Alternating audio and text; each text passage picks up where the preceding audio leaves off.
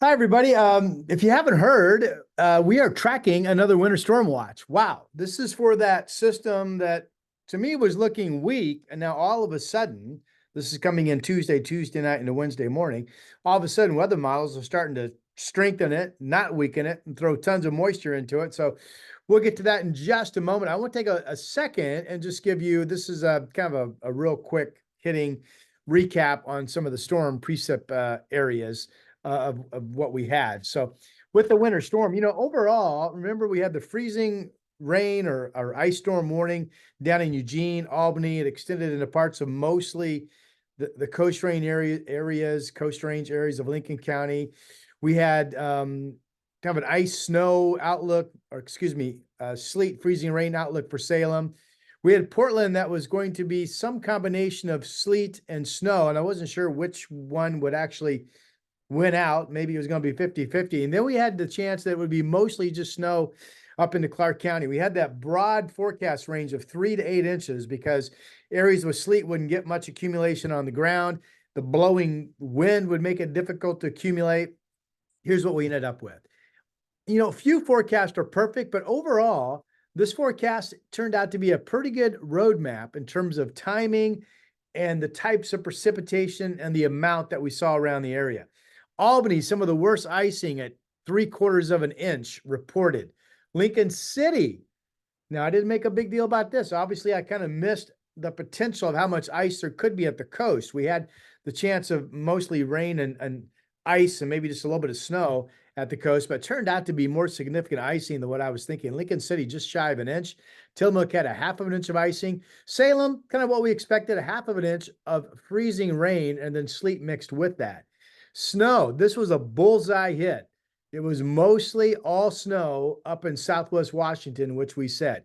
Kalama leading the way of 7 inches on the ground. Vancouver, generally speaking, had 3 to 4 inches on the ground. I had 4 inches at my house over in the Flata Hazeldale area. It was pretty much all snow where I live, very little wind. And now in Oregon, Rock Creek out in Washington County, 1 to 3 inches. Hood River and the Gorge picked up 8 inches of snow. That was a bullseye hit for how much we thought the Gorge would get. And then mostly sleet and some snow is what it turned out to be in Portland. Now, Portland PDX in the record book put 1.6 inches of snow and then mention of a lot of sleet in the observation as well. Salem, this was interesting. So Portland only reported, where did I put that down? Portland only reported 12/100ths of an inch of total moisture. Of that, 1.6 inches was snow and the rest was sleet. Salem reported over a half of an inch of total moisture, which was some snow, some freezing rain, but most of that was sleet. And we didn't, because of a number of reasons, we didn't really get an accumulation total reported in terms of how much was actually on the ground that was stacking up. Had some people say, "Where's the snow?" And remember, Portland, we kept showing you the models, kept saying, it's going to be probably some snow, some sleet. I'm not sure which wins out. Accumulations probably won't be a whole lot on the ground, especially if it's a lot of sleet. Again, all of that was a good forecast. And real quick, and I will get to the storm. I'm just hoping some of you were interested in some of this that was coming out. Some of the wind reports. Corbett, remember he had the blizzard warning in the gorge. Corbett, 74-mile-per-hour wind gust. Stevenson, 60-mile-per-hour wind gust. Sandy, 52. Had 51-mile-per-hour winds in Tillamook as well. Camas, 50-mile-per-hour winds. Choctaw, 53. Happy Valley, Augusta, 52. The Glen Jackson Bridge over on the east side, of course, 52. PDX along the Columbia, 46. And even out in Bethany, Washington County, a 40-mile-per-hour east wind gust. So again, few forecasts are perfect. I think this one turned out to be a really good roadmap for people really paying attention as to what we expected. So hopefully, no matter what you got, it wasn't overly a surprise, with the exception of how much icing there was along some of the coastal areas. Okay, are you ready? This is our brand new winter storm watch issued by our friends over at the National Weather Service. Everything's shaded. This is not the immediate coast, not the beach, but quickly up into the coast range and quickly into the Portland metro area, and then quickly up through Southwest Washington and extending into Hood River. Pretty much everybody that's in a winter storm watch is in it because of a freezing rain threat that develops during the day Tuesday, continues into Tuesday night, and ends quickly early Wednesday morning. Now, the National Weather Service putting up a range of anywhere from 2/10 to as much as 3/4 of an inch of icing. 3/4 of an inch of icing is significant. We would see power outages. And as I put this together for you on this Sunday afternoon, we still have a lot of people reporting no power. In fact, we have some part of our family relatives staying with us today because where they live in Portland, they still don't have any power. So let's look at what the model output is. This is the European model, and this is one of the heftier icing models. Again, not rain, not sleet, not snow, pure freezing rain. That's a raindrop that is all water, and then bam, the second it hits a tree or the sidewalk or your mailbox or a power line, it glazes into ice. So what this is showing, I know the numbers are small, it's basically showing Albany about 4/10 of an inch of icing, Salem close to that, Portland more than a quarter at 3/10, Vancouver, and even a quarter of an inch of icing is really significant and enough to really produce some problems, bring tree limbs down and cause power outages. And then just a little bit of freezing rain by the time you get up into Kelso Longview.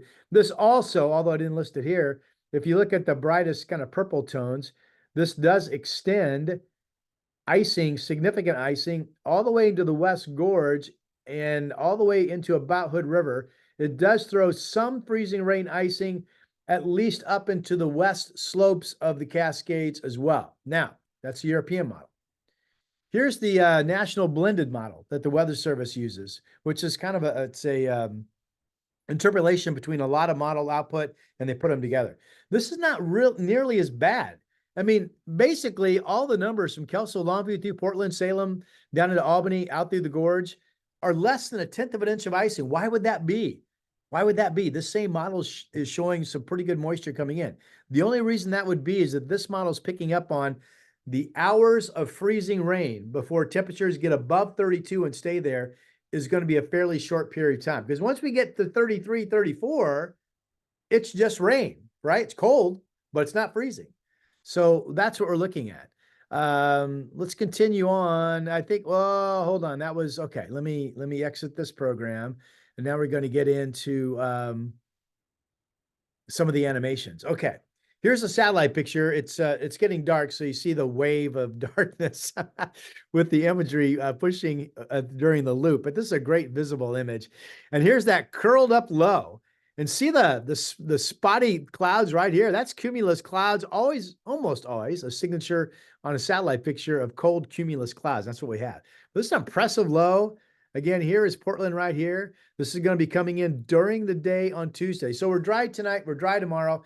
I thought we'd have some sun today. I know we didn't. We really should have sunshine on Dr. Martin Luther King Jr. Monday.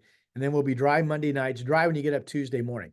So what this is going to do, this is the European model, and it's just going to show you the incoming moisture. It's not going to tell you if it's rain, snow. It's just going to show you moisture, okay? And this is Tuesday at 4 a.m. We are still all dry. So let's go ahead and play this. Here you see the moisture coming in. Now we're at 4 p.m. Tuesday afternoon. We've got good rain along the coast. Light rain is falling, potentially freezing rain if we're not up to 32, which we may or may not be. And then the moisture picks up into the evening. If we're at 29:30, we've got freezing rain. Notice into 4 a.m. Wednesday morning, this is hefty precip. It's showing 3/4 of an inch on average along the coast, 1/2 of an inch up in Astoria. 4/10 to 1/2 of an inch or a little bit more up and down the I-5 corridor. Again, pretty hefty moisture. If this were all freezing rain, boy, we're in trouble, right?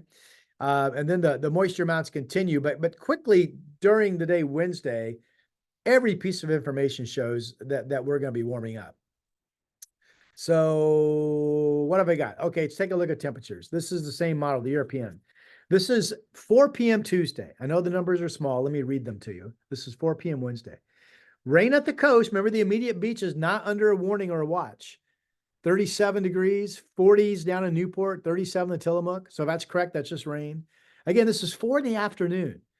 A day that starts off potentially clear and then we cloud up. This shows Portland would be around 30 or 31. It shows 27 degrees out in East Multnomah County. We're still going to have cold east winds blowing out of the gorge.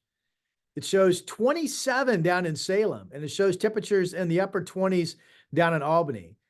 This is a possibility where we could get some warming coming up in Marion County that's not showing here, while the Portland metro area just stays colder longer than anybody, because as that low approaches, those east winds in the gorge are going to pick up and go bam, bam, bam, bam. They're going to keep that cold air in place. More on that in a second. Again, right now, though, this shows reason for concern for all areas potentially not up to freezing as the moisture starts to arrive.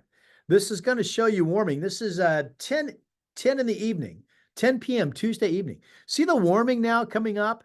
You've got above freezing, 34, that's rain in Salem.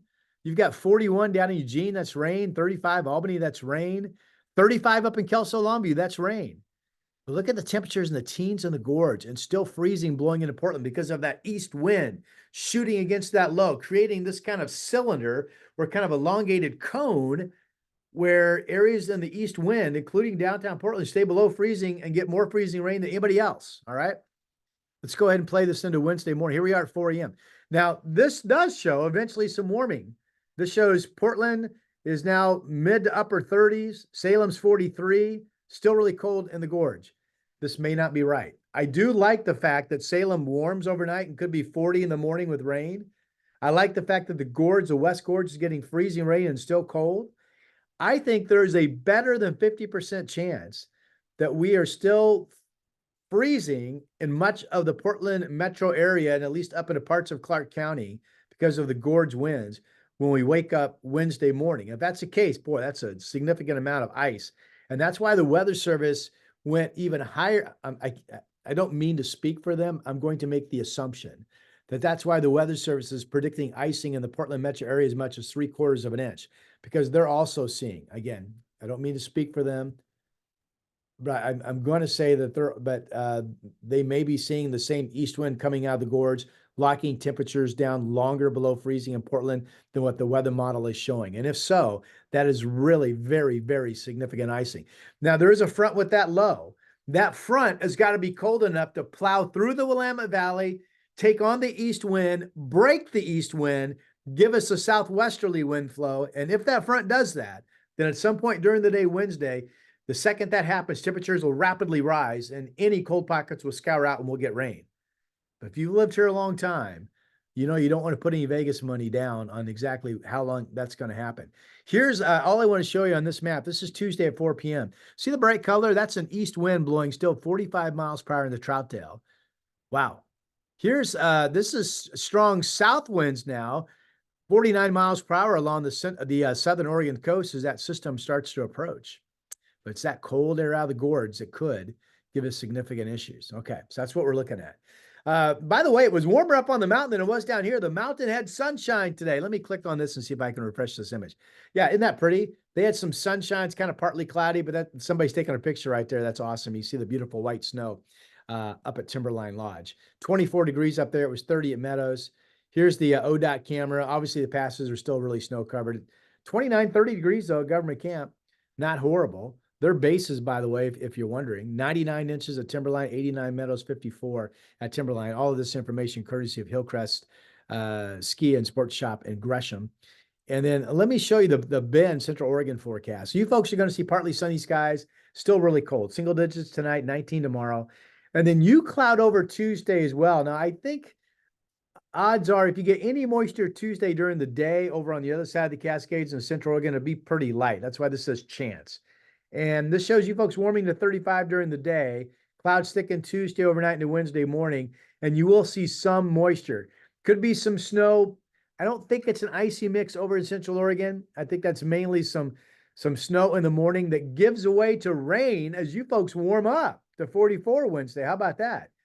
And then after a freezing start, you're back up to 40 on Thursday. So that's not a bad forecast for Central Oregon, actually, right? And then here's Portland 7-day. Really cold tonight, 16. There could be parts of the valley get down to 10 tonight. I've got 16 in Portland. We still have east winds out near the gorge holding those temperatures up a little bit. 32 on Dr. Martin Luther King Day, maybe. If we get sun, though, I think we have a chance to do that. We wake up Tuesday morning to partly cloudy skies. It's 20 degrees. If the clouds come in quickly, we may not get to 32. And then we would have freezing rain and east wind outflow areas all of Tuesday night into Wednesday morning. There's Wednesday morning at 30. And then eventually warming up to 43. But keep in mind, the warming timing on Wednesday, if you're in a spot where you're getting east winds, could be a lot slower and maybe not even happen until late in the day. So boy, Wednesday, Tuesday afternoon, Tuesday night, Wednesday, keep an eye on the weather. Thursday's dry. And then this is absolutely just a back to normal, warmer, rainy pattern on Friday, Saturday, and Sunday. Okay, that is your update. Hey, a lot of you have watched my videos over the last days. I hope you found them to give you good information. I mentioned earlier, I thought overall the forecast for the winter storm was pretty good. It really means a lot to me that you put stock into at least listening to what I have to say as a forecaster. Please subscribe if you haven't to my YouTube channel. My weather site's portlandweather.com. I'm meteorologist Rod Hill, and I'll talk to you soon.